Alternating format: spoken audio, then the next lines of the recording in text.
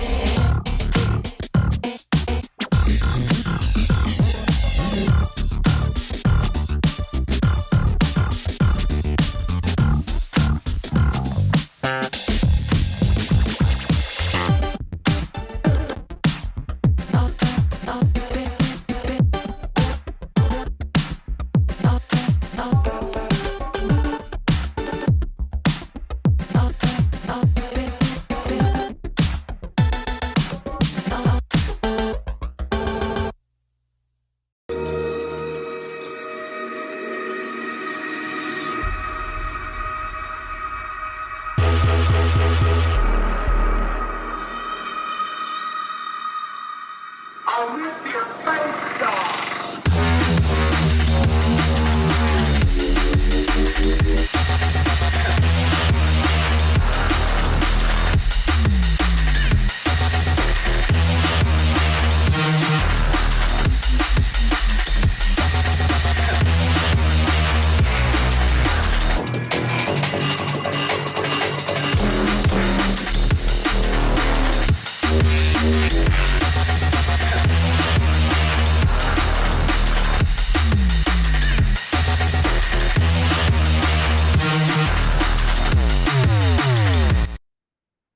And we are back. How are you doing this evening, brother? I'm good. It's nice to be back. I'm looking forward to the podcast. Yeah, so we got a special one planned for you all. It's not often that we go live on a Wednesday night, even though that's the way we started. That was our original night. But yeah, we're doing a virtual reality podcast tonight where we are going to be comparing geometric bulge horizons versus a formula on a fixed and stationary plane that's a distance to the horizon governed by angular resolution.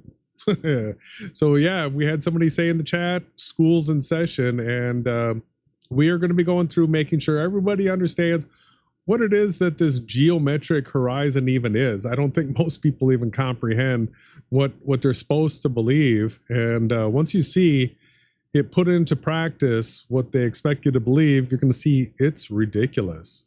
Yeah, you're a little bit low on the camera feed. Bear with us as we get everything set up. It has been a little while, but we have been retooling. We've been re-preparing. We've been, taking hard looks at everything, coming up with, new information, new data, new ways to look at this reality. And we still have so much more. We're most likely going to be live again on Friday, going into some content regarding Craig McNeil from Fight for the Fat Earth and Michael, his name might be Ryan Toon, might not be his last name. We've got tons of stuff. We did see Jerry. Jerry had joined with Ryan / Michael / we don't know his name, Toon's channel that was given to him by Conspiracy Cats. His live channel, Jerry did join, and they had a good debate. I guess Michael / Ryan / we don't know his name yet, booted him from the call in like a rage hissy fit. Because he wasn't getting the answers that he wanted out of Jerry Yahawashai's son. And yeah, it went pretty good. Yeah, so we've got a clip to share from that because it's set up McToon, whatever he is, taking his geometric bulge position. And so we've got him on record. This is what they believe. And we're going to be going through the diagrams. The funny thing is when you start to research this geometric bulge horizon, you're going to see that there's very few diagrams. They're very poorly labeled, and they really don't want you knowing or understanding the quote unquote physics or the geometry involved, because when you compare that to what it is that we actually witness, you see that the two are not the same whatsoever. So we've got some brand new footage. We went on a trip, and we've got some footage from the coastline, and we're going to be taking a look at a ship going away at the horizon. We're going to be comparing it to what the models call for. And so we've got like the Walter Bislin. This is the globe geometry that they expect people to believe. We'll take a look at how it looks in that. And then we also have 3D models, which is what we use for a virtual reality. So in a virtual reality, you have your X, Y, and Z axes that you can move on and you can rotate on. And we've got the models that actually show and demonstrate how things disappear due to angular resolution. And that is a very important word. It's a real limit. Light itself has an angular resolution limit to it. You can't see light forever. In fact, it's affected by the inverse square law when it comes to its magnitude or intensity. So these ideas that we can see trillions of light years, that the only thing blocking our vision is a geometric horizon, it's nonsense. It's just gibberish. Yeah, especially when you see the other side, the quote unquote Spaceball team saying the only evidence they'll believe in is us showing them something beyond the vanishing point. In reality, that was the only thing that they would accept as evidence for a flat Earth. It's absolutely ridiculous when you show somebody that you cannot see beyond this point. This is your optical resolution limit. It's called the vanishing point. This stuff's really simple. It's really not hard. It's not hard to understand. Yet we've got another side acting like we're speaking complete foreign language to them. And I think it's pretty funny. So I'm really looking forward to this. So what we're going to be talking about today, the Shajita, the bulge, the way that our optics work, the way we see ships and things on the horizon sailing away from us.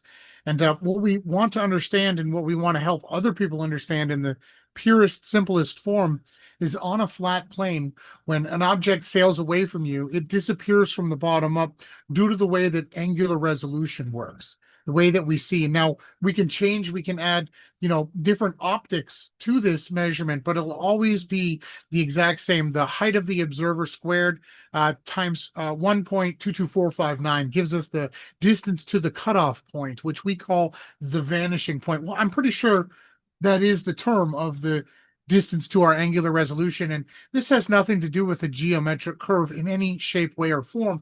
Anyone that tries to tell you that you can't see something because it's gone around the curve of the Earth has some serious explaining to do when it comes to the way things would tilt, the way we would actually physically see an object ascending up to its high point and then descending over a curve to a vanishing point that we would see if we actually lived on a spinning sphere, right?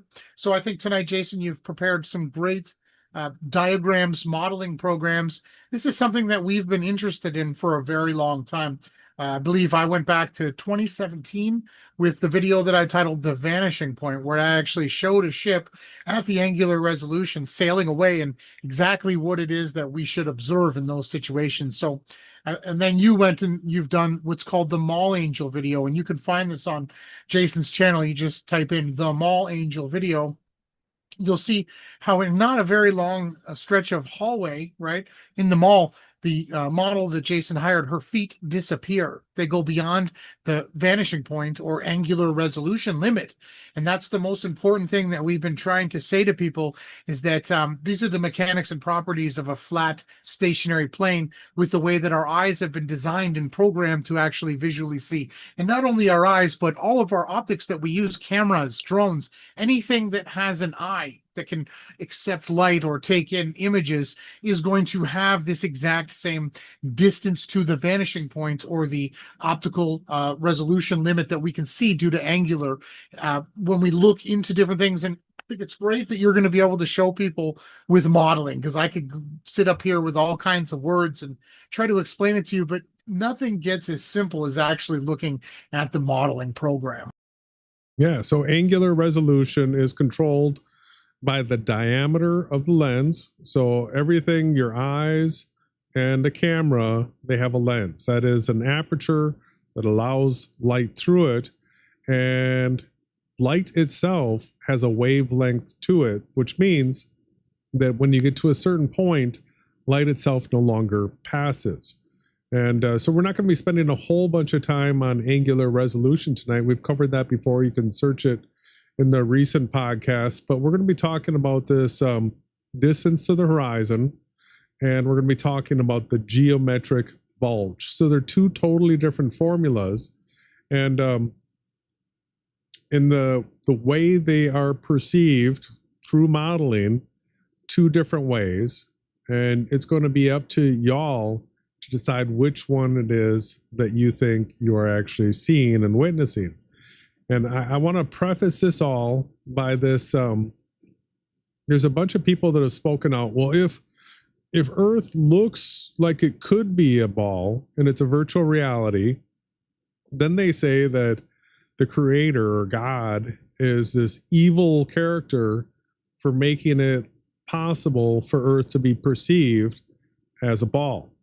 And I want people to look in the description box of this video and going all the way back to May 26th of 2017, and you'll see fundamental truth number 1, which says that the grand delusion spoken of in the Bible is people falling for Earth being a spinning space ball, heliocentric model.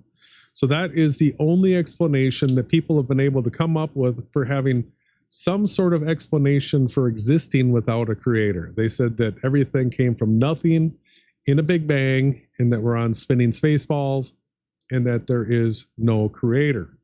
Now we're going to see that as we go through this, we've pointed out time and time again that it is clear that the way Earth is designed, it's done in a way to be able to simulate Earth being a spinning space ball. So we've said all the way since May 26th of 2017 that the grand delusion is the people that took the bait, right? They went for the Vatican deception, and they're going with the spinning space ball theory. And yeah, there are certain things when you look at the formula for the distance to the horizon. We've got both geometric real curvature that we've done, where we show that the 8 inches per mile squared is not the correct formula, that we would actually see geometrically way more curvature in the first 25 miles, and that there's this whole hump with the bulge horizon of a geometric Earth, where you would literally have to see things going up in your field of view and then going down in your field of view, and you would actually even see a pitch change of that thing in front of you as it's going over a bulge. And so all we can do is we can show you the two different ways that this can be viewed, and these are the only two ways out there. If somebody wants to present a third, great, but there's only the bulge horizon and angular resolution on a flat plane, and we're going to be showing you both of these tonight, and it's up to you to decide. We had somebody in the chat talk about being able to see an ice wall. There's absolutely none of that. We are the guys that debunked Earth being a single pole pressurized pizza dome, and we've been showing that the distance to the horizon set by your altitude, and the altitude of everything else around you at the horizon, and that the amount of distance that we can see is quite limited. There is no seeing millions or billions or trillions of light years. That the farthest thing that has been seen on Earth, it's a natural structure, would be Mount Everest from 125 miles, and that is a point that Jerry brought up in his discussion. It's a key point, because the globers, the spaceballers, want you to think that just above that horizon you can now also see trillions of light years, and no, there's all these actual real laws of angular resolution, the wavelength of light, and the actual brightness of light being stopped by the inverse square law. So that shuts things down very quickly. So yeah, that doesn't work for thousands and thousands of ladies. You also have I'm sure people get enough of just one of me. You've got double me. I've got a version of me behind me lower into the settings, so you have to find the lowest one.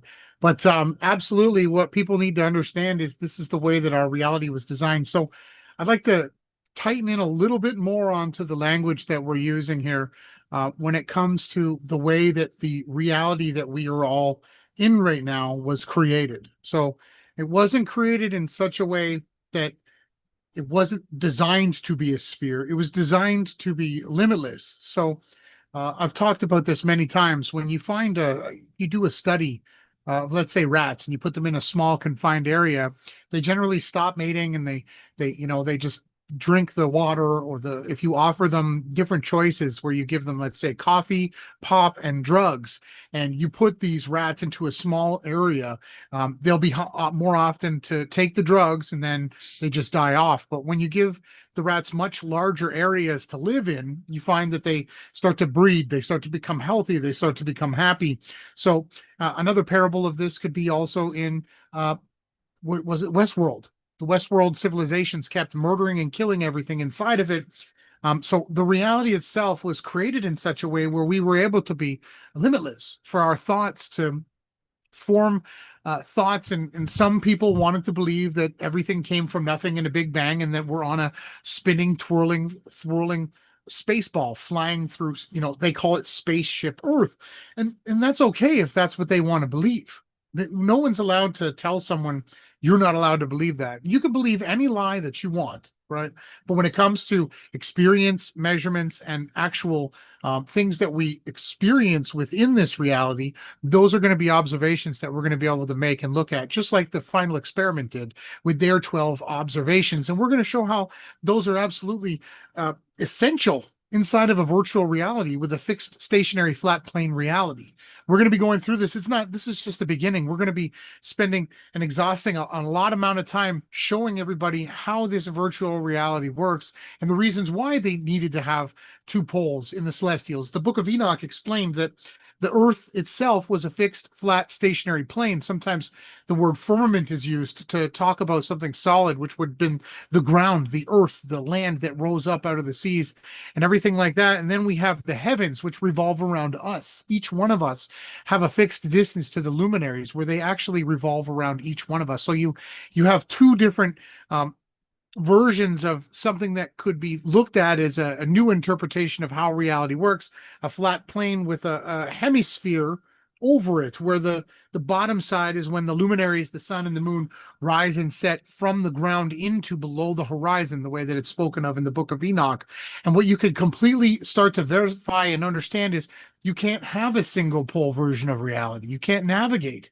You need to have something, because Polaris can't be seen from the entire width and length and height of this reality. So you needed another star, another pole that you can then navigate through those sections of reality. And then what you find is by shipping and shaping and changing different things within a flat virtual realities plane, you can then mimic things that could be interpreted as concave, that could be interpreted as curvature downwards. You can have these different angles to luminaries where you can argue that it's being taken from a curved surface. The problem is that you can't get that evidence because the distance to the angular resolution limit, right, is fixed. Just like the distance to the sun and the distance to the moon are fixed things in our reality. The faster we go towards the sun, the further away the sun moves. It stays locked to our actual position. And so too does the moon and all the other stars and even rainbows. That's why the idiom or the saying says that you'll never get to the end of the rainbow to get the pot of gold. That's because that's the way that our avatar suits with our optics interact within a virtual reality. And I'm really excited about getting deeper, getting more thorough, getting more simplified with explaining to people how this is. And Jason and I are coming from a place of pure limitlessness, right? Having a rock sphere twirling through outer space that came into being from nothing, and a tornado swept across a junkyard and made a fully functioning 747. In that reality, go ahead and have. Jason and I are talking about a reality where supernatural can happen, where you can see things and experience things that you could have never even dreamed of happening, like flight, like reincarnation, like so many amazing things. And again, that feeling that you had when you were innocent, or then when you're doing good things, when you're on the truth path, when you're doing something that's in the will of your creator who created us inside of this reality, you then have the kingdom within you. And this is something that we're going to be continuing to bring out and show people, that this virtual reality is limitless, right? But there are actual things that we need to learn and do, and we've had to go through together. That's my big rant. I'm excited to get into some of this stuff, Jay. Yeah, well, you made a great point about navigation. So navigation requires 2 points in order to be able to set an orientation. If all you had was a single pole, sure, you could navigate to that single pole, but then any direction that you went from that, without a second point, you have no orientation. So you could only navigate to, but you could never navigate away. So the creator, being all wise and smart, to have a compass to be able to travel around within this world, it's 2 poles. Magnets have 2 poles, and there is no magnet that's a single pole. All of that is nonsense. And Earth has 2 celestial poles, and that's a place where you can actually be directly below a celestial pole in the north and a celestial pole in the south. Then there's a ground position below that. So we've got 2 magnetic poles that don't actually even line up with the celestial poles. We have 2 celestial poles. These are all things that we've been talking about for the last 8 years that they've all been denied. by the fake flat earthers, the push pressurized pizza dome.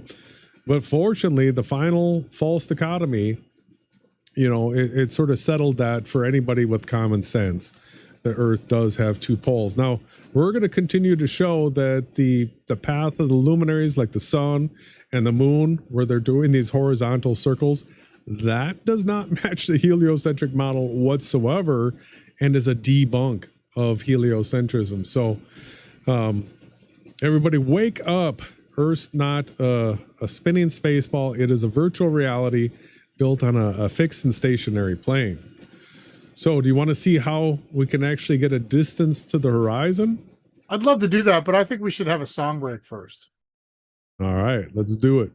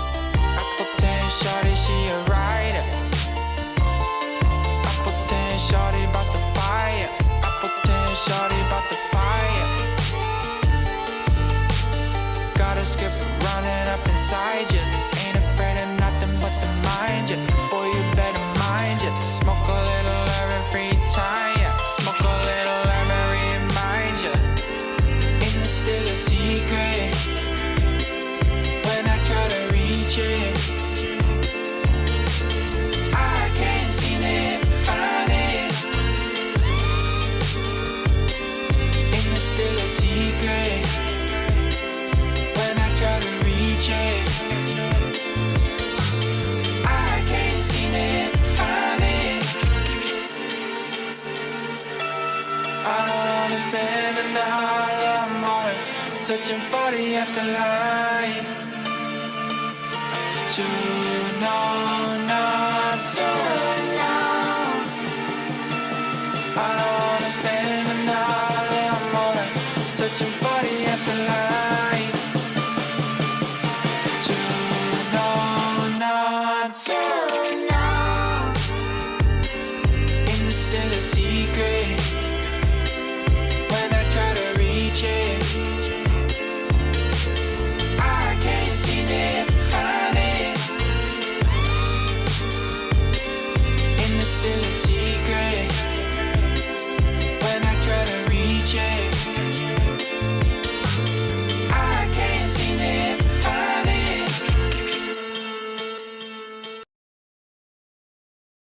So I think those first two songs that we played here are the official songs of the summer of 2025. At least the best part of the summer is end of August leading into September, right? All right. So let's go ahead and start here with something that Jerry got out of McToon, whatever his name is. Yeah, that's a great place to start. Sorry, I didn't mean to get loud there. Excellent place to start. So Jerry, no fear, went on here. He took a lot of ridicule, unnecessary ridicule. In fact, Toon really exposed how weak and desperate his position is to not attack the argument so much as to attack the person, the character. And Jerry obviously can take it, but Jerry obviously can actually hang with a guy like McToon and talk about things that most people shy away from and won't actually address. So props to him for going in and doing that. You recently went to a Nathan Oakley podcast, and you were talking with those guys, and then when it went to after show and you brought up this whole topic of distance to the horizon, how did that go? It didn't go well. They did not want to talk about that, and it got very, very heated, and I was instantly booted from their after call for it. Yeah, so it's a really sensitive subject, considering that we're the only people that claim that Earth is a fixed and stationary plane that can actually describe the distance to the horizon. And the reason why we see something like a boat disappear from the bottom up at a certain distance. And we can explain the reason why you can't see all the way to the Eiffel Tower. And we can explain the reason why it's just 125 miles that Mount Everest can be seen from, and none of that has to do with curvature. So it's an important thing. I think most flat earthers get stuck on this topic, where one of the early questions that they get asked is, well, how come boats disappear from the bottom up? And they get stuck just saying things like refraction, and it's not refraction. That's the reason that you can't see these things forever. So let's go ahead and see what Jerry got out of McToon right here. So you know what the horizon is, right? Yes, the edge of the curve. Right. It's The edge of the curve. So that is the official globe stance, that there is a geometric horizon, that the ball has a curve to it, and that you can see basically for infinity, they say. And the only problem that you have is just when the Earth gets in the way when you're looking out. All right. It's not the edge of the curve. It's the edge Jerry of knew. your sight. No, it's not. It's as far as you can see. How far can you Yes, see? it As far is. as you can see. How far can you see? To be honest, it depends on your elevation. Why does your elevation change how far you can see? Because if you're 6 feet on a flat realm, you're going to see about 3 miles. But that's not a If you're- because. If you're Why? 45,000 feet Why? in the air, you can Why? probably see for 60 Yeah, miles. it's just as a globe It predicts. But changes. here's a question to you that you won't answer. Why Sure. do you think that the distance you see changes based on elevation? So I'm just going to interject for Jerry right here that is all governed by angular resolution. And we're going to be showing everybody with 3D models from a 3D modeling program how we expect on a flat plane that has resolution. Remember, everybody, there is no other way to actually see something and have it recorded other than through a camera and a screen, or a camera and a printer. Right? You don't have a way of mechanically hooking up something to record what it is your eyeballs are seeing. It has to be done through another lens, and then it has to be projected on a screen. Now, the lens has angular resolution and the screen has angular resolution. So everything other than what you're seeing through your eyes is pixels. And we can actually even prove that what your eyes are seeing are pixels as well, because they follow the exact same laws of angular resolution. So this was great that Jerry went in there and got this conversation going. Let's start doing a little bit of digging into this geometric curve. And there is a word given to the bulge that you won't find it easily. I had to dig and dig and dig to find this word, and it's sagitta or sagitta. And so this is S. Visualization of the sagitta denoted as S. So you're going to see all these diagrams like this, where they're going to put the observer over here, and they're going to put an endpoint over here, and they're going to have this straight line through, they're saying a ball, and then this S right here is the amount that they're saying is going to geometrically block something. So this is geometry. When Ron went into the Nathan Oakley cruise area, they freak out at the idea of a geometric curvature, yet they have no possible way of explaining the way things are disappearing. So this is let's get to another graphic here. McWest. So this is probably one of the best labeled diagrams that you're going to find on the internet right now for this bulge horizon. And so let's break it down and take a look at this, because this is what, if you believe that you're on a spinning space ball, ships are going over a bulge, this is all the things that you have to believe. Now notice how they have everything tipped. They've got the person over here, instead of standing straight up perpendicular, they've got this person tipped back like this, and then they have eye level just projecting right off out into space.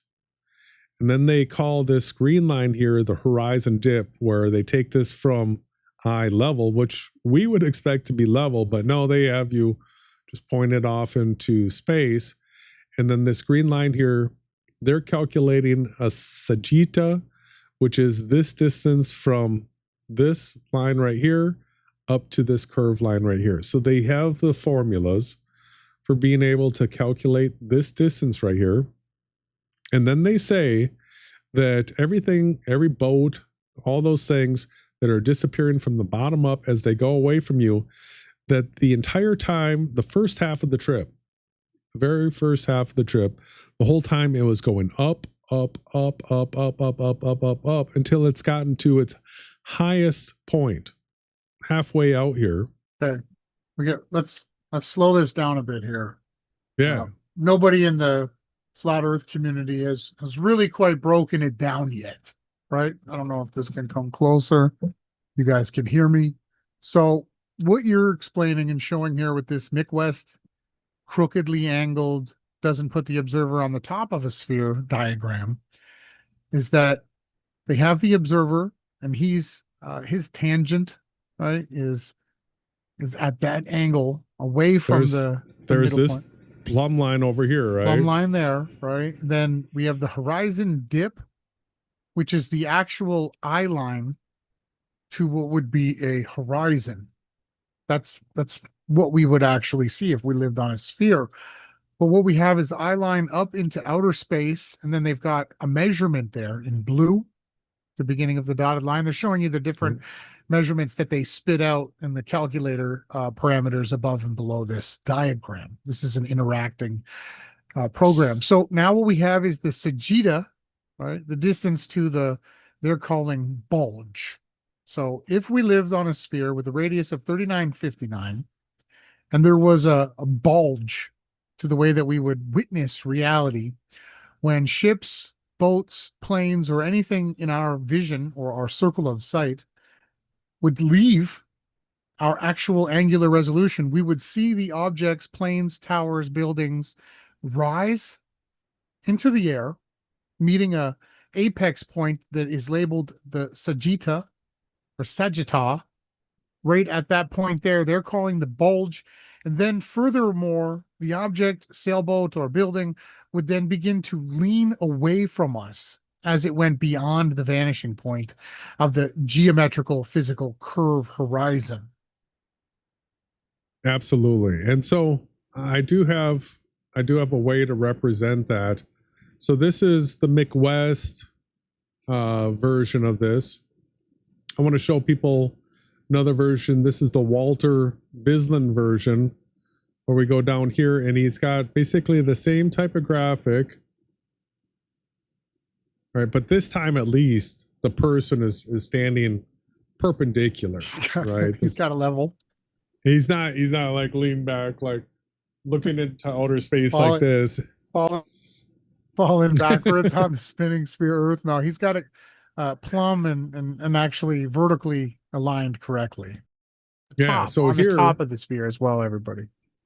Now we actually have an eye level that truly looks level. And then this is the same graphic. It's the Sagitta, the bulge height right here. But what you're supposed to expect is that from this point right here to this point right here, that ships are going around this curve right here.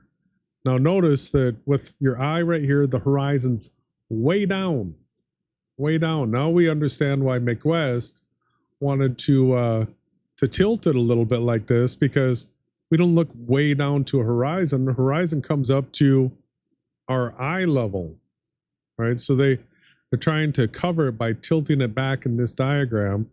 But let's go ahead and really straighten this out. And so now we're inside a modeling program called Motion. It's created by Apple. This one is Final Cut. Oh, we're in Final Cut. I saw Motion opens. So here is the graphic from Walter Bislin, where we have a flat horizontal eye level, and then a horizon that would be way down like this. The McWest is more like this, but this is one that's truly been flattened out, where from the observer right here, let's say that we're on a coastline and you're going to watch a ship sail away from you. So they say that in order for the ship to disappear, it has to get to a distance where its Sagitta, or the bulge height, is big enough to disappear the height of the boat. So if we take this back here now, when this has been truly leveled out so that we have a horizon that's going to be up near eye level. See, now all of a sudden when I've turned this, eye level's pointing right back out into insanity space, right? That's crazy. So, it's crazy. So here's what they're saying is that the boat actually, as it's going away from you, it's going up. It's going up the hill, up the hill, up the hill, up the hill, so that at this point right here, it's at the highest point that you can possibly see it. Obviously, you're going to see all the hull that you were able to see back here. It's up, and then it starts to go over the curve, and now it's going down, down, down, down, down until it's behind. So let's stop right here. Bulge height. So you can clearly see. All right, you want to zoom in a bit, please, Jason, on the visible boat area. I just want to dial it in. I know upper right, down arrow beside 91. We could drill in a bit here. It's not going to hurt anything. There we go. There we go. Let's drill in. I really want to make sure I drive this home, and I'm trying to be as simple as possible. If we got to move to the right, yeah, you got it. So the red line is supposedly delineating the distance to the actual vanishing point. This red line would be the sphere Earth vanishing line at the radius of 3959. So what we can clearly see is as the boat would sail away from us, right, you would clearly see, like, you should be able to see the propeller. The last thing that we should see should be the propeller. Like, you can see the angle of the boat as it's moving away from you. It would be the lean would be just crazy, right? There would be absolute obvious pitch change if we look at this. In order for the geometric bulge to work, for one, the ship has to be like rocked back like this, and it has to be going up to get to the horizon like this. So this, I mean, if you had just a pole sticking up in the air, there is a angle change from going up the hill to going down the hill. These are like simple common sense things. Now all of a sudden the angle's going down. This would be the same of a tall building.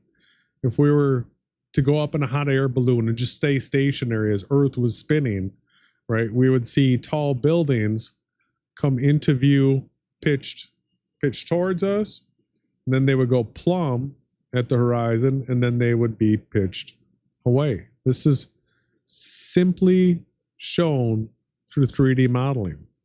Right? Even in this 2D model, you can see that.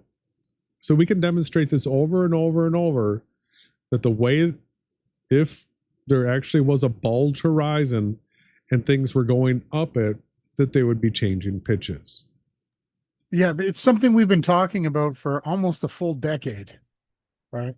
Here in the flat earth movement, the actual flat earthers that don't follow the pressurized single pole pizza dome, United Nations AE map and model. We debunked it 8 years ago, 9 years ago. Okay. And we've been saying that if we lived on a sphere with that radius, that there is a bulge, that would be, that stuff would be rising up, rivers, oceans, lakes. They're rising up away from every single observer. And we've been claiming this for years, almost a decade now. Still, we get nothing but radio silence from the other side. No one shares our video and says, look at these dumbasses, and explains it and then shows the observation. Clearly, you can see the ship rising to the Sagitta as it goes over the bulge, right? Some other questions that we can ask too are, how does this work if the Earth isn't a perfect sphere, which they say that it's not? So they get convoluted and hypocritical every single turn of their sphere, right? You can look at either side, either turn of it, and they're coming up with hypocritical ad hoc theories to try to explain away what we can explain with simply saying that Earth is a fixed stationary plane with an actual distance of angular resolution for all optics. It stops our ability to see further. So the actual way to understand this modeling program that Jason has is that the distance to the Sagitta is the distance to the actual vanishing point. You can see on the left side of the diagram where it says height, you can see a green line. That green line would better explain how objects would disappear on a sphere. If they were to fix it and dial it back and actually try to work a little better, they might be able to have a better explanation, because having it this way, it definitely puts the angles, the tangents, the measurements that we would make way out of kilter. This baseline, the eye level that the observer is seeing, pointing into space, moving every degree of the Earth, would be pointing at a different direction, and this would be very hard to calculate for anything. And we're going to continue to show that more and more as we move forward. Absolutely. So this Walter Bislin, this right here, believe it or not, is probably the best calculator on the internet as far as with the heliocentric ball it's claim. their model. It's their model. This is their model. And so I want to walk people through this here. And NASA doesn't have anything this good. Nobody else has anything that has this amount of detail to it. So I want to walk people through this and show them what we have to work with here. We have an observer's height that we can adjust. We have a target distance that we can adjust. We have a target size that we can adjust. There is a thing for refraction, but I want to point out that refraction is absolutely such a minuscule amount of the factor. It's ridiculous, because so we've got a sun and a moon that are both a half a degree of our sky, 0.5 degrees of our sky. And the stars obviously are much smaller than that. Now, all of the fixed stars stay perfectly spaced from each other all of the time.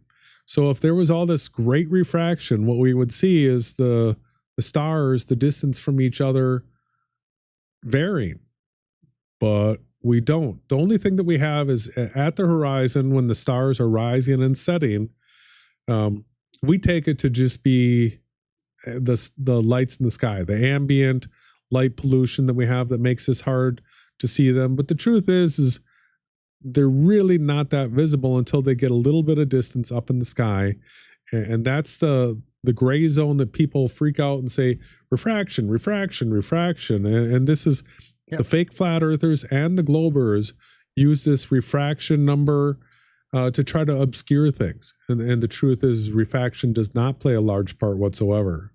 Well, you can generally see this too clearly when you got people that push the mirages. You'll have people that'll have a dome and they'll put a magnifying glass in it so you can see further.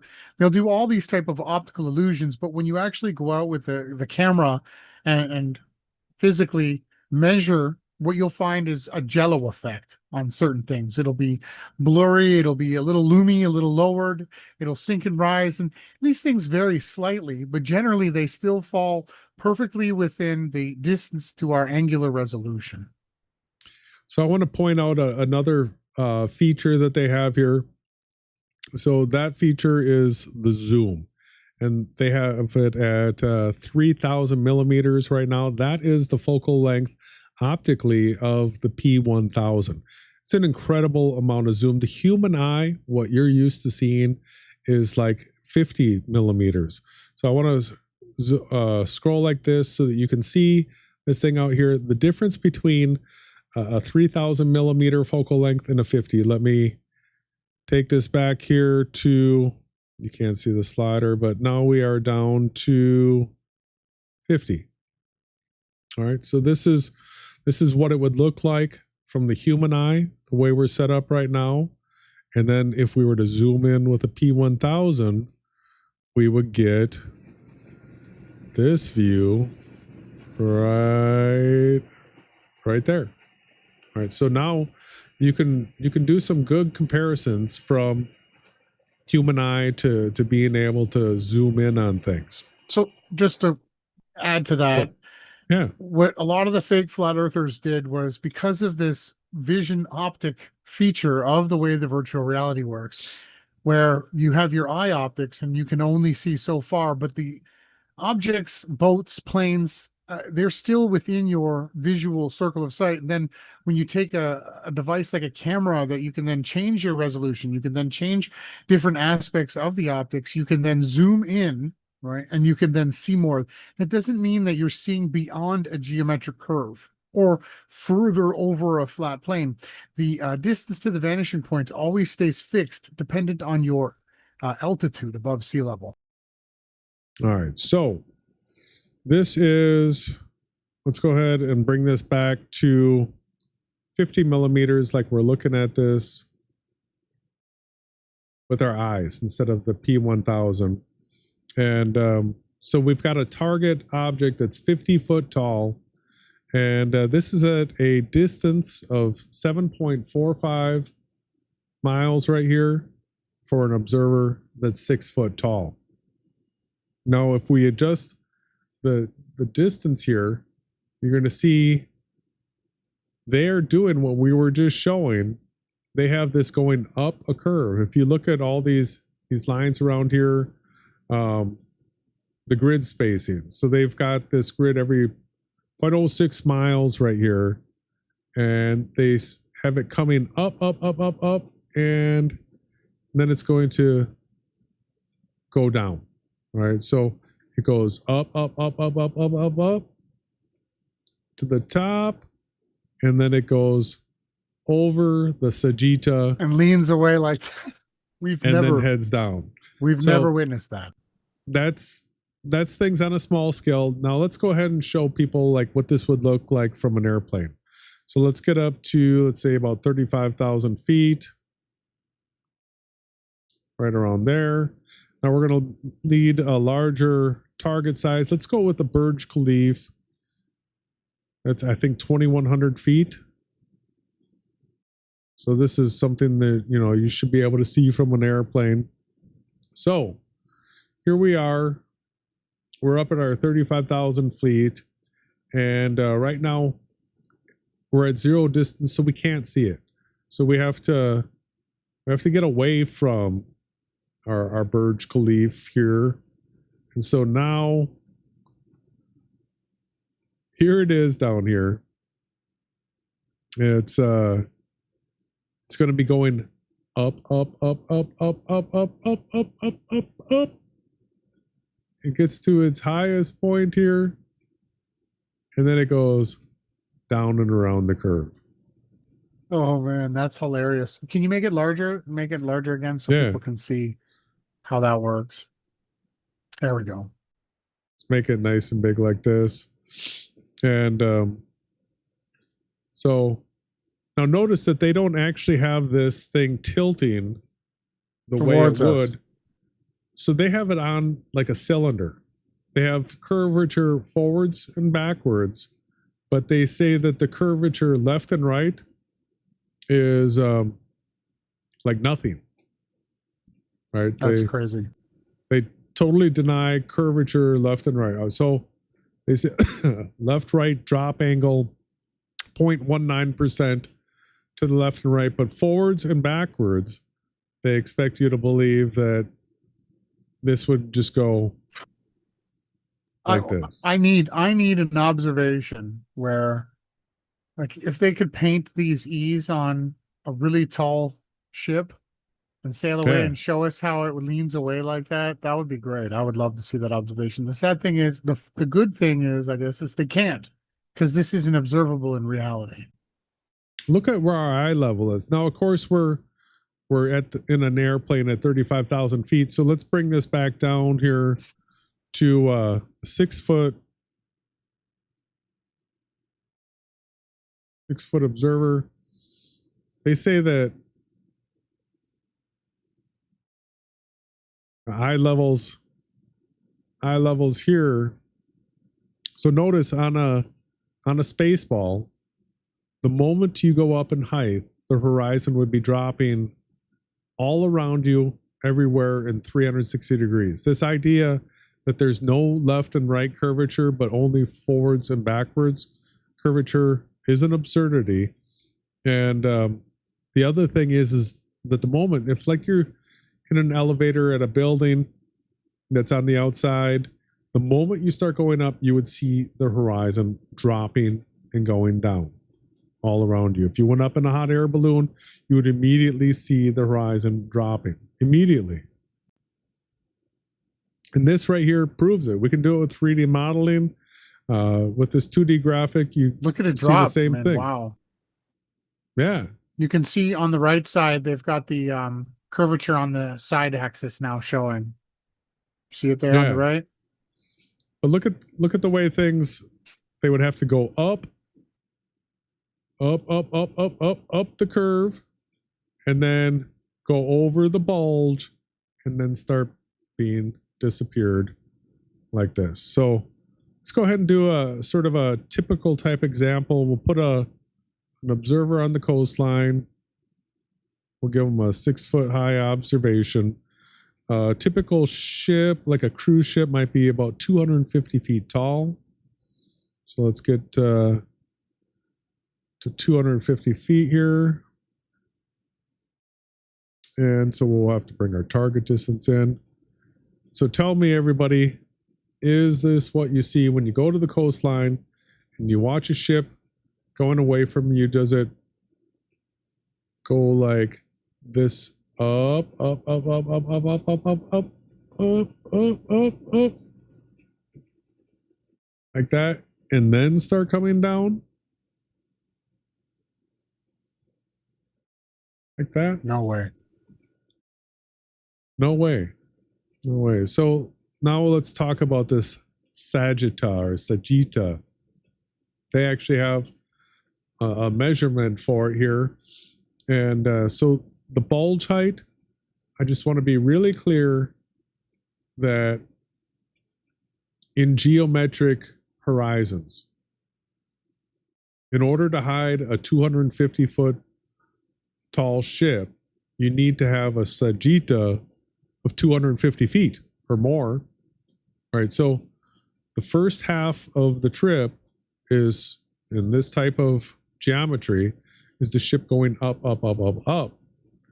And then it's not until the second half of the trip that it can actually start disappearing. All right, that's important to consider. Let me show you this Sagitta for the ship. We'll make this a little smaller so that we can see this number and still be able to get to a slider. So this, I need to go even a little smaller because I need to adjust my target distance.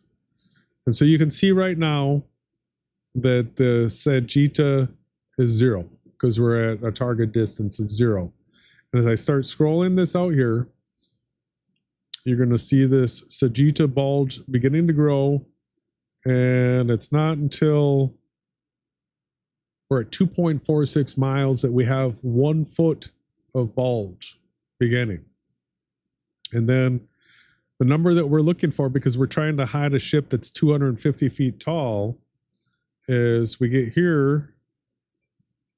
And so it's not until we have a target distance of 38.7 miles that we first have enough Sagitta bulge to even begin to be able to hide a ship. Now, there is a box right here called hidden.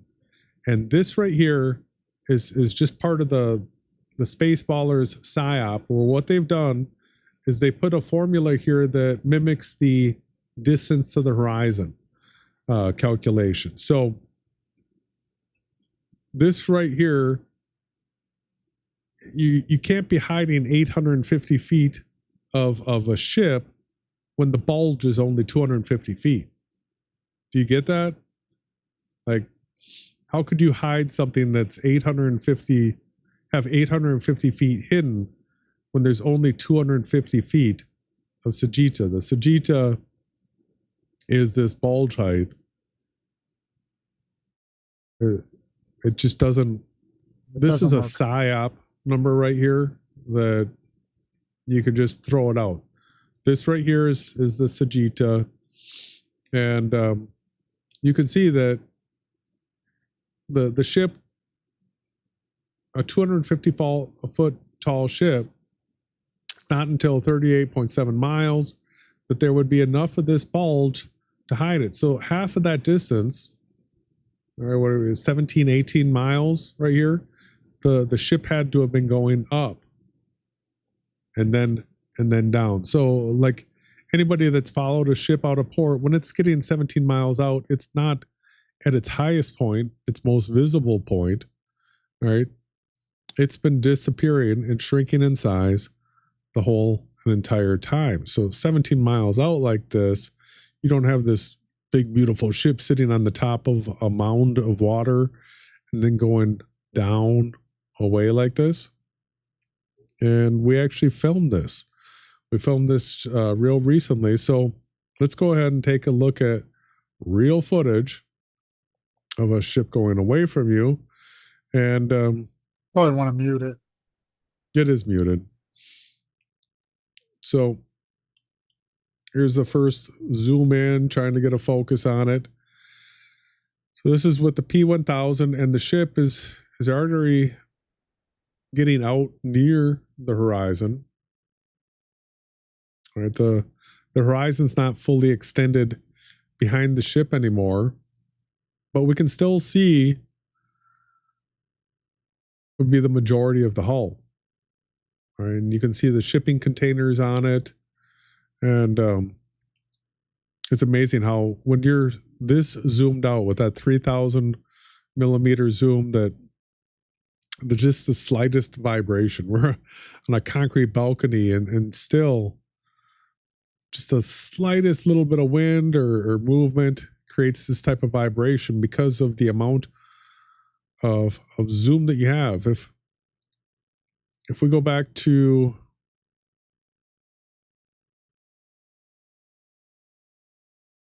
this right here, where we've got the zoom, right? This is the human eye right here.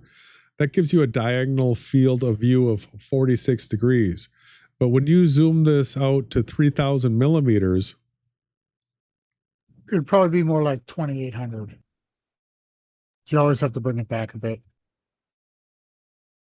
so when we zoom this out to 3,000 millimeter focal length, we're seeing less than 1 degree of the sky.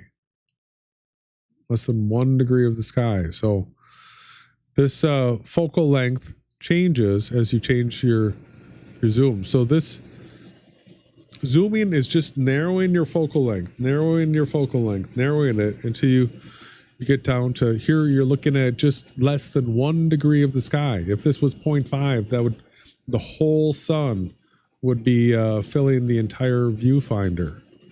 All right.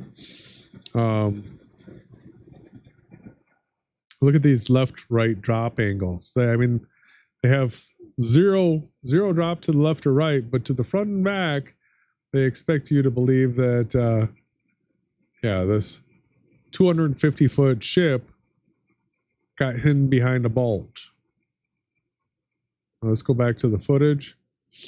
And you can see as I just scroll through this here, it's a 41-minute long video of this ship just going out and out and out and out and out and out, getting smaller and smaller and smaller. Nowhere is the angle to the boat changing to the point where it's going over a geometric curve. It stays the exact same pitch. Exact same pitch, going out and out and out and out. And out and out and out. But look at what's happening here. We used to see hull of the boat below the cargo containers. Right now the hull of the boat is gone, and all we can see is the cargo containers. Now, Yet the ship is still perfectly plumb. is the ship leaning forward? Nope. And it keeps going out and out and out. And so now all of a sudden, we're getting down to the point where the cargo containers, It's gone. at this point right here, we were sitting around talking about this, and those with the great eyesight were able to say, I can still see just that little dot, right? And it was so tiny.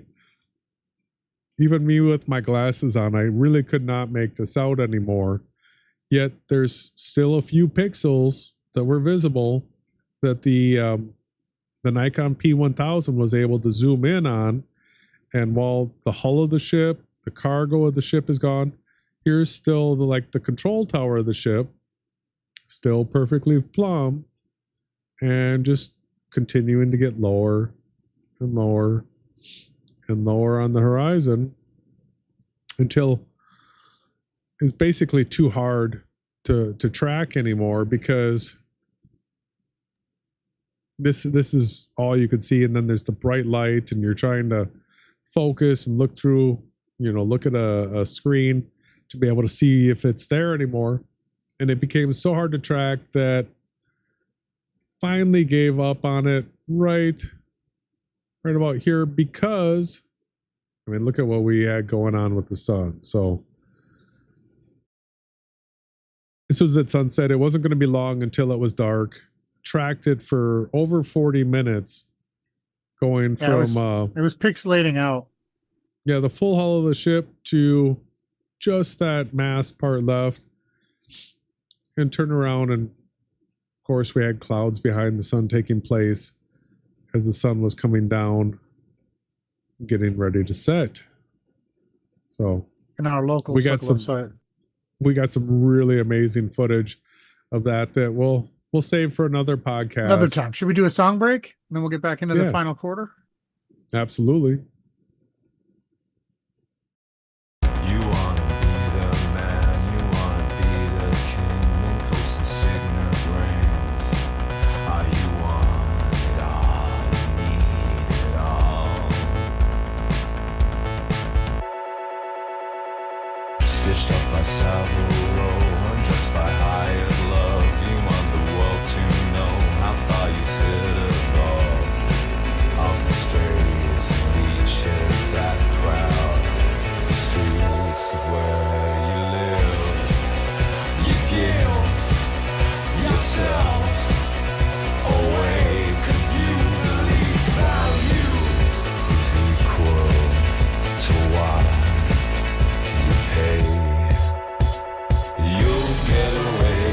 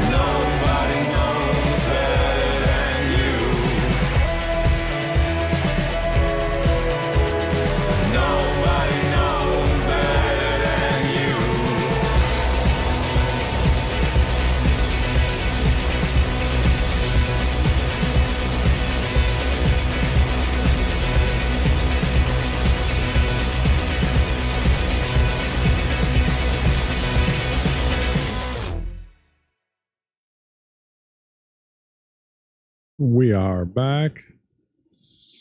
And I'm going to be switching up onto this because I want to be able to show people these things in motion, which is a 3D modeling program. And this first thing is just a slide to show that there are two different ways to come up with a calculation for a distance to the horizon. One's the geometric bulge horizon, and this is the formula for it. ChatGPT gave it to me. So use this formula to calculate the sagitta or the bulge that we've been talking about, or the angular resolution limit in a VR. The formula is distance in miles equals the square root of the height in feet times 1.22459. So got a couple examples here. Let's go ahead and just take a look at this. We've got a boat here that's 100 feet tall. So the square root of 100 feet is real easy. It's 10. 10 times 1.22459 means that the distance to the horizon for this boat on a plane is 12.249 miles. Now this boat over here, we only have a 50-foot tall boat, and square root of that is 7.07 times the 1.22459. So we have a distance to the horizon of 8.659 miles. So this is the way you calculate the distance to the horizon on a fixed and stationary plane.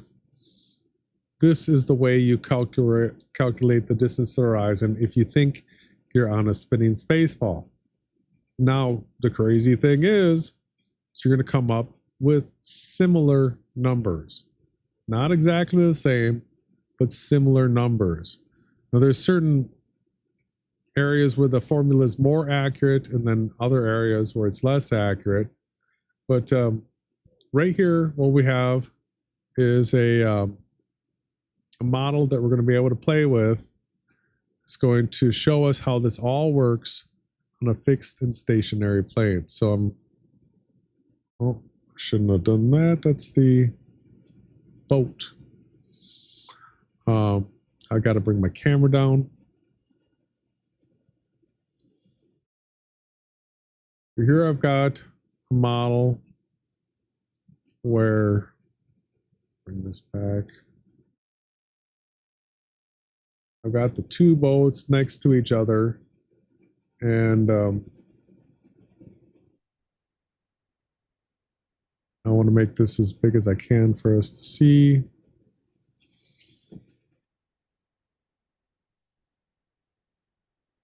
Here's our two boats. And you can see at this point right now that the two boats cannot see each other. Their circles of sight are not intersecting. So if I take this and move it like this, at this very point right here, I zoom in on this, if you were in a little rowboat sitting at this point right here, the person at the mast of this boat, the taller one, would just be able to see you, and the person at this mast would just be able to see you, but neither boat can see each other at this point. See that the circles of sight are just beginning to intersect, but the observer would actually literally have to be here to see this one and to see this one. So if I pull this over like this, you're going to see that at this point right here, the person that's up in the crow's nest of this ship right here is just beginning to see the crow's nest of the other ship. You see that this one can see this distance, but this one can only see this distance here. So as the ship gets closer and closer to each other, all right, this ship is coming up from behind the horizon, getting larger and larger and larger.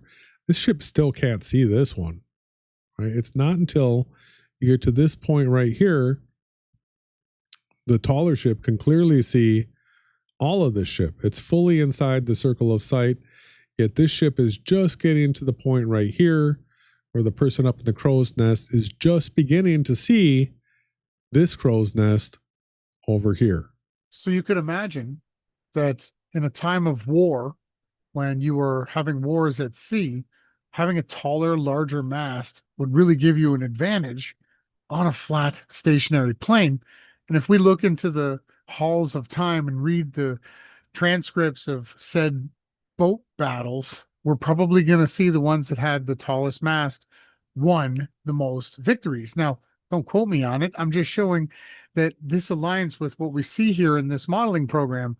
What you can clearly observe and see that is on a flat plane, you can't actually see forever, right? We can get outside of our view and have a third person perspective here, and we could start to see. And Jason, if you could show, we're at a certain elevation above the 100-foot ship. That's why our distance to our vanishing point goes beyond, which is commonly termed the black swan footage that Ranty Rant took with the Nathan Oakley Flat Earth Debate channel. And what we're showing is that this distance to the vanishing point is measurable at the distance of the square root of the height of the observer times 1.22459. And this is how the people that believe that Earth is a sphere were able to back engineer that measurement and then say, oh, that's a radius of a sphere 3959. Because when we actually come into this program, we can actually observe and witness what we actually observe and witness when we're out in reality.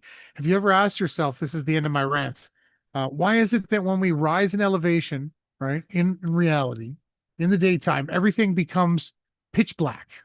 Pitch black. Stay with me. Everything becomes pitch black. We can only see so far, as you can see here, the water in the diagram, right? The same then effect works with clouds and everything to our vanishing point. Why is it that this modeling program with a flat, stationary, infinite plane, in this case, at least left to right, we can see the distance where we're not able to see further? Jason, I'd like you to please bring this home now that everybody is completely understanding that we live on a fixed, stationary, flat plane, and this is the way the optics actually work. And we've witnessed it and just showed the video of the ship sailing away exactly as this modeling program depicts it. So if you could continue to explain to people, you can see the blackness of the sky here. This would be like a high altitude balloon launch in the daytime, everybody. I'm just pointing out.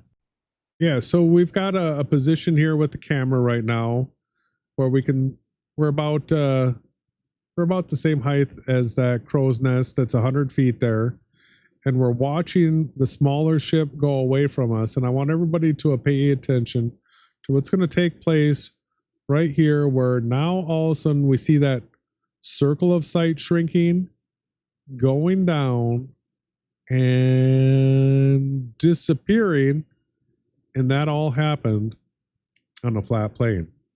And that all happened due to angular resolution, right? Because we got to a certain point where angular resolution wise, it's too small for a pixel to be able to represent it. It's gone beyond that. So there's another view here called perspective. What we were just looking at is a camera. Now perspective here is another view where now all of a sudden you can see that I've got water extending well beyond where the ship is out here right now. That water goes way out here. So I can back this up like this, and you can continue to see this ship, you see all this water around here, but this isn't real. So the camera itself shows the limit of how far something can be seen. So I'm out here at the edge here. If I push this ship out a little bit further, we just saw it disappear. If I go to perspective, you brought it back. It looks like it's still out here, right? Mm-hmm. On a flat plane. But if I go back to the camera, it's gone. It's gone. It's at the edge of the angular resolution here. Now it's gone beyond the edge of angular resolution. So here's an interesting thing that So it all has to do with the distance from the camera here to these pixels out here. So now what I'm going to do is I'm going to take the camera and I'm going to go up vertically, and here, let me get that ship a little bit closer. And your pitch. Got it too far out. Your So pitch has right to change as well. Right here, I'm right out at the edge. And with the camera, I'm going to go up, and you can see with this elevation, let's get the camera pitch. We're going to tilt it down here. You can see this black line edge of the water here. If I keep going up with the camera, you're going to see what's happening with this over here. We're losing it. We're losing it.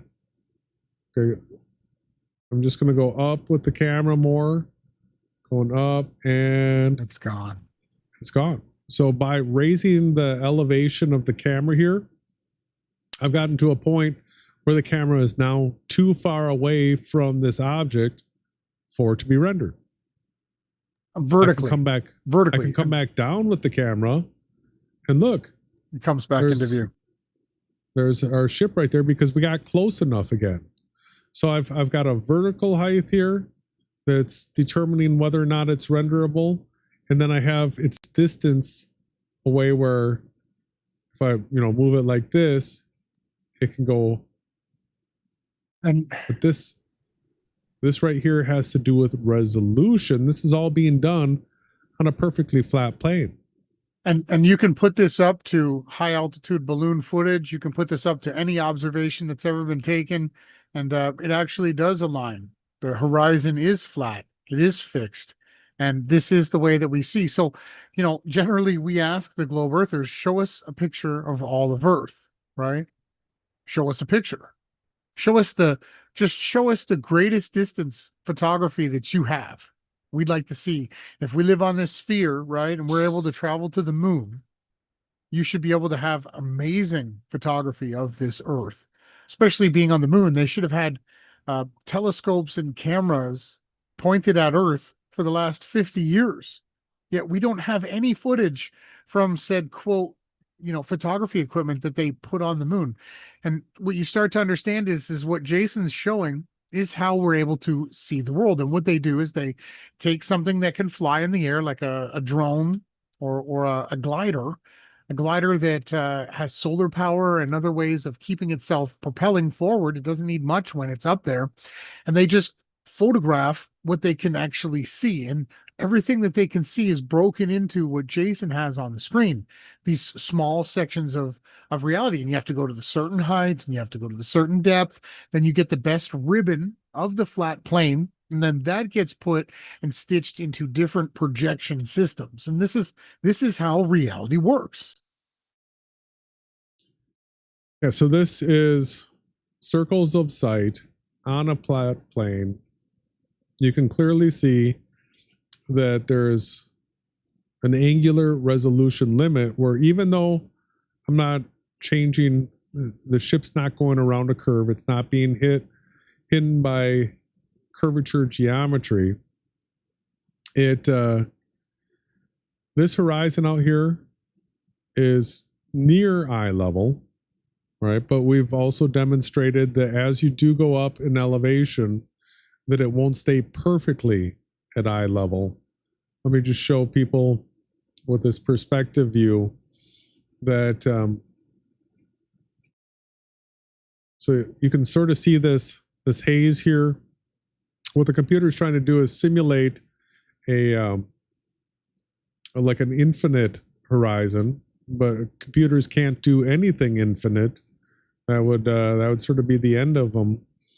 So the horizon, as you go up and down here, just demonstrate this. Well, I need to move the perspective camera. All right, so as you do this, there is a little bit of horizon drop, but not what you would expect from from a curved geometric Earth. So we've Right? already, Because in that case, there would immediately be drop in all directions around a person. so when you rise in altitude, your tangent, your angle of your eye line meeting the ground, right?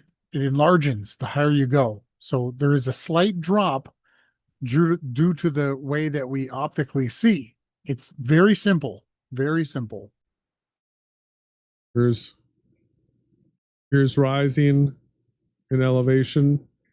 The horizon does change a little bit. That's demonstrated here, but not the way it would on a globe. But it does get to a point where it starts to vanish the same way that we see objects on the ground level vanish as well. Yeah, because if I just keep going up here, I change just my pitch here so I can keep seeing. Watch what happens as I just keep going up. I'm going up, adjust my pitch a little bit more. I'm going to see the ship beneath me. Watch what happens as I just keep going up. I get smaller, smaller.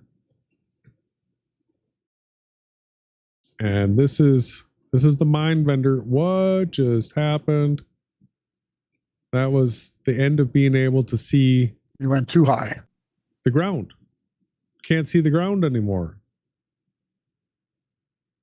People aren't always expecting that with angular resolution, you can't just go up, up, up, up, up and see more. You actually get to a place where you can no longer even see the Earth Yes. On a fixed flat plane. on a fixed flat plane. Because you can't see forever. Yeah. No, I think this modeling's great. It really shows simply how it works and that we can go out and verify and test these things. And look at that. Like, it's simple. Like, go ahead and look at how the horizon line is flat, right? You just can overlay the different maps and images. We'll continue to further this as time permits, putting maps and other things that we could test and show. And, it's fun to do these types of things. This is the way you should be pushing the boundaries of thought and understanding how could all of these things be taking place. It takes hard work, effort, and modeling. This modeling really shows it. So, Jason, I want to bring this all back. I want to bring it home. I want people to understand the difference between what we're seeing here. This is the SBVR perspective and angular resolution limits as compared to the Bulge Sagitta Spaceball spaceship Earth. Yep. This is it. So that formula again, let's go ahead and show this quick. If you're on a Spaceball, you got to do this calculation over here to come up with your bulge height. And then once again, you got to think of it like in terms of the ship would have to go up as it's going away from you, get to its highest point when it's like halfway to the distance where it's supposed to disappear at. Then it goes downhill until it gets to its hidden bulge height. The Sagitta Bulge. So the Spaceball spaceship Earthers have to show and demonstrate clearly the upwards rising objects in reality towards the Sagitta Bulge, or just simply drive away from the CN Tower or a stationary object, and then the descent and likewise reciprocal angling away from an observer as it goes beyond the Sagitta Bulge. We're going to be waiting for that footage. I'm excited to get that. Yeah, and I mean, you gotta, if you're at this point on Earth, you gotta imagine that the ship's going down here. I guess at the equator, it's just pointed straight down, and then it starts going upside down. Upside down As it goes around. Now the difference would be the angular resolution limit in a virtual reality where you just have a limit to angular resolution. Everything's on a plane, but as things go away from each other, you get to a resolution limit where it's no longer resolvable. You just can't put a pixel to it anymore. It's gotten too small. Yeah, and that works in rising in altitude, right? And going away from or having an object move away from you. So there's different ways that we can observe this And we've actually gone out and tested it. Again, the Mall Angel video, which we'll have to do another update to. Plus tonight we've got the ship that we've added into the mix here, where we showed how it didn't go up, up, up, up, and then down, down, down, away. And we'll continue to visually, film and witness this. And you can put this up against actual high altitude balloon footage. Go ahead and what we actually see. All right. There it is. Just wanted to get back to get everybody thinking about, all right, do you see things going up and down and away from you, or like the footage that we just recorded? Do you see it just going away, shrinking and disappearing into the horizon at the limit of our angular resolution right there? That ship's not tilted away. It's just getting smaller and becoming unresolvable at the horizon. Yeah, you can no longer make a conclusive measurement on it. All right. Well, is there anything else that you wanted to go through? Yeah, just the last remarks is to make sure you're subscribed and tuned in. There's a good chance, we'll be back here on this same channel on Friday, right? And then there's also going to be some Rise and Grind podcasts on the Rumble channel, the Limitless channel. All the links are in the description box below this video. We're going to be covering the topics of what's been taking place here in the United States of America and worldwide. And make sure you want to check that out. Me subscribed on that Rumble channel. There's going to be stuff to come. And then also the groups that are on Telegram. That's where you can reach out, get involved, maybe come and show us evidence where this is wrong, or that you have footage or evidence of a ship or a plane or anything following the curve of a Sagitta bulge of Earth. So that's at Reality Check Chat. Again, the link is in the description box below this. And Reality Check is the main group. And then also Team Yahawashai group. We have those into separate as well topic headers where you can get all of our content, music, mixtapes. You're going to find all the stuff that we do that we are passionate about. It's our hobby. This is what we do. And we're only going to get stronger. So I hope everybody enjoyed this. Jason, great presentation again. Is the distance to the vanishing point a function of angular resolution?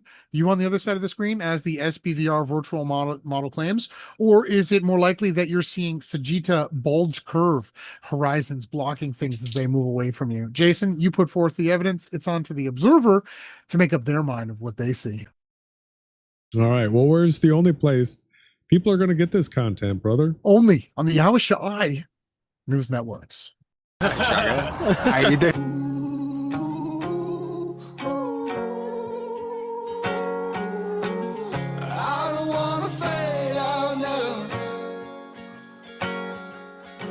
So let me get the time in.